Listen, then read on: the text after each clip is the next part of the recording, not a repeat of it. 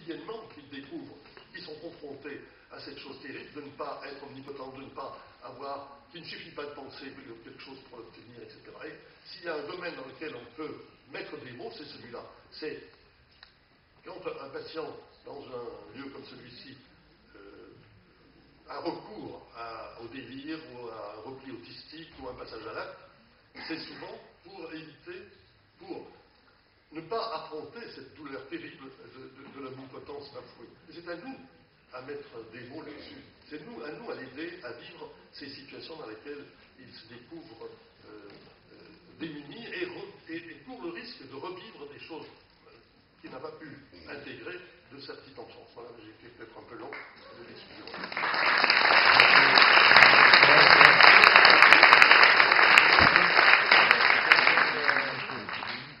Merci beaucoup, Marcel. Ça parlait tellement bien de la douleur de se séparer. On serait prêt à vous écouter encore pendant une heure. Vous avez des documentaires extraordinaires. Et voilà, le temps est là, donc je vais demander à Marie-France Dispo si elle a peut-être une question ou ne relancez quand même pas trop, monsieur Sola. Merci. Il y a énormément de choses dans tout ce que vous avez dit. Ça fait un plaisir de discuter, même si je me sens un peu contenue par le temps. Je pense que il y a d'abord une image qui m'est venue par rapport à tout ce que vous avez dit du début de votre pratique. Et vous parliez du théâtre du soin, du coup ça m'a fait penser à Joyce McDougall. Et je me suis dit, c'est vraiment l'image de son livre, Plaidoyer pour une certaine anormalité. Alors, l'anormalité, c'est la normalité des soignants et aussi peut-être des patients. Et je me disais que le problème que nous rencontrons maintenant, et peut-être que c'est ça, puis alors je reviendrai sur les questions sur la douleur, parce que ce qui se passe actuellement, je pense, c'est que dans cette espèce de ce que vous avez appelé d'hyper-réalisme des soins actuels, on va dans la défense psychotique, qui est de ne pas penser. Donc on se retrouve avec une manière de penser le soin qui accentue les défenses au lieu de les aider à penser psychiquement ce qu'ils évitent le plus. Donc, et je pense que le monde en général actuellement, dans ce souhait de faire tout très vite, évite aussi de penser. Alors, une des questions qui est la question du colloque depuis le début, je pense, c'est comment les communautés thérapeutiques, mais aussi d'autres initiatives de soins, peuvent rester un bastion, je dirais, de préserver la pensée. Et alors, ça va enchaîner sur la question que vous posiez par la suite. Ce qui est très compliqué, je trouve, avec ces patients, et dans les dispositifs, je suis vraiment très intéressée par ce que vous avez dit au niveau de l'agir. Parce que on voyait l'agir d'une façon très négative en psychanalyse pendant des années. Et je pense qu'actuellement, et forcément, avec ces patients qui fonctionnent en extériorité, plus exactement, qui expulsent d'eux-mêmes toute leur souffrance, le fait qu'on puisse travailler sur quelque chose qui est agi et partagé ensemble me semble vraiment capital, et on retrouve ça maintenant aussi dans les thérapies finalement. En face à face avec certains patients, on est bien amené à faire des choses puisqu'il n'y a parfois pas moyen de faire autrement dans certaines circonstances.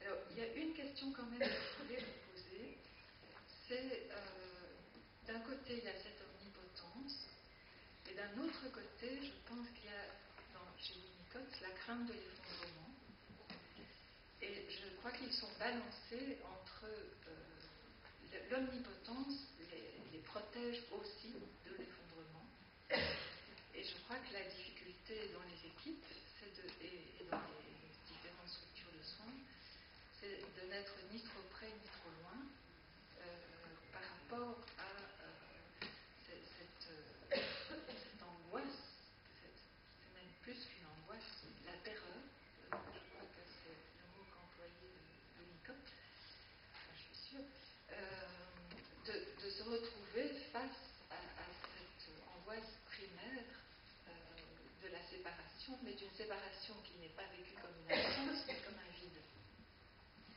Et donc c'est toute cette question qui est à discuter. Et alors, il y a quand même une chose que, au niveau de ce matin, quelqu'un a fait allusion au potager, et ça m'a réévoqué une image que Winnicott avait employée à propos de Mélanie Klein. Il avait assisté à une discussion, et vous parlez des 5 séances, il avait assisté à une discussion à la Société britannique, et le lendemain, je ne sais pas si vous le savez, mais il avait l'habitude d'écrire des lettres après chaque réunion, et il avait écrit à la personne qui parlait, qui était un disciple de Mélanie Klein, quelque chose comme ça, je ne me souviens plus exactement, mais c'est j'ai l'impression que c'est vous qui voulez faire pousser les jonquilles. Les jonquilles, elles poussent toutes seules. Il faut juste leur mettre un bon terreau et les soigner comme ça, mais il ne faut pas tirer dessus. Elles poussent toutes seules parce qu'elles ont leur propre réserve et leur propre capacité.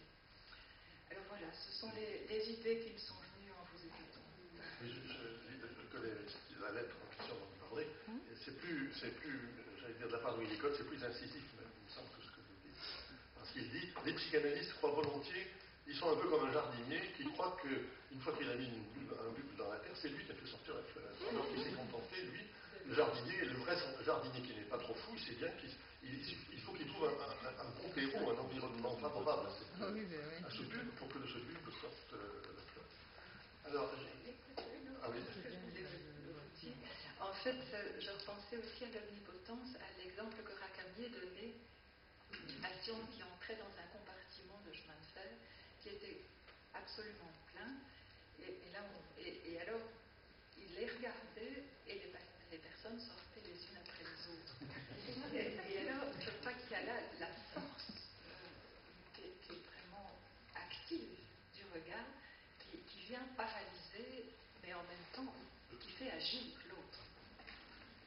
Si vous permettez, je voudrais répondre à quelque chose que vous avez dit, que le bastion, vous avez dit qu'on serait, les communautés thérapeutiques seraient le bastion dans lequel on pourrait continuer à permettre aux patients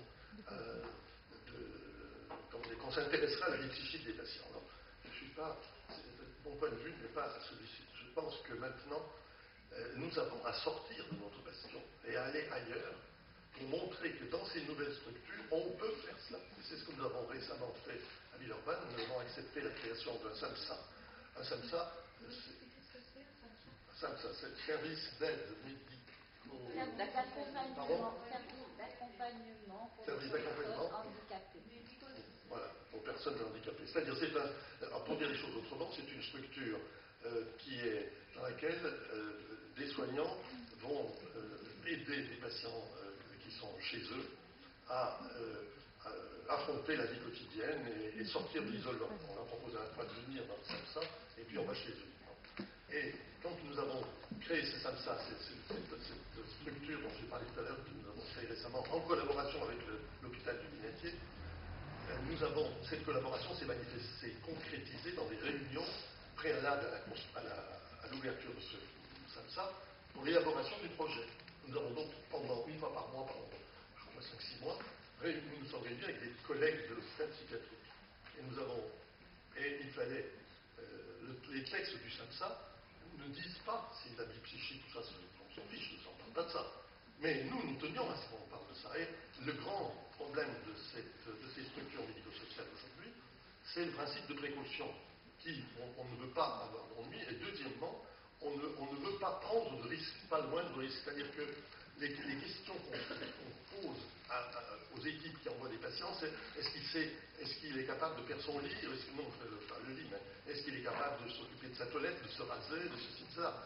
C'est-à-dire, on mise sur les handicaps du patient et moins que sur ses potentialités. Et nous avons joué le jeu d'accepter de produire ce projet dans lequel à mot couvert, on parle de tout ce dont j'ai parlé aujourd'hui, mais sans le dire explicitement. On peut, comme s'il fallait avancer un peu masqué, mais il n'empêche que si on veut aujourd'hui créer des choses, c'est très difficile